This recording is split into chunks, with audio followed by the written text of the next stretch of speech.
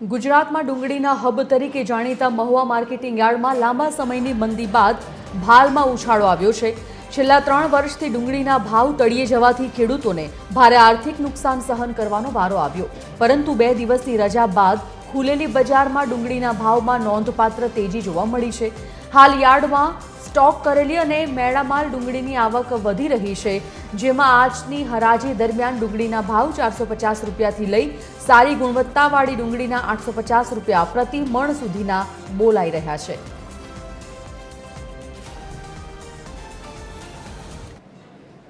हाल महुआ में लाल डूंगळी भाव वधेला है।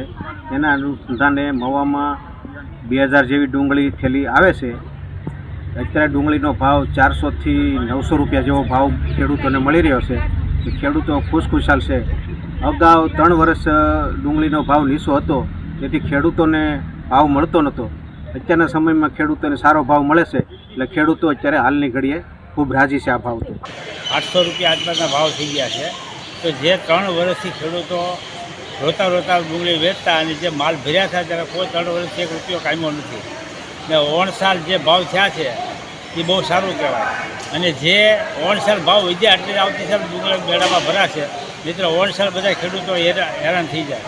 કે કાંદામાં ભાવ અત્યારે 500 થી 750 રૂપિયાના ભાવ ચાલે છે અને ખેડૂતોને બહુ ઊંચા ભાવનો સ્ટોક કરેલો હતો। 300 થી 400 રૂપિયાનો સ્ટોક હતો, તો હવે ખેડૂતોને થોડા ઘણા પૈસા મળશે એવી શક્યતા લાગે છે।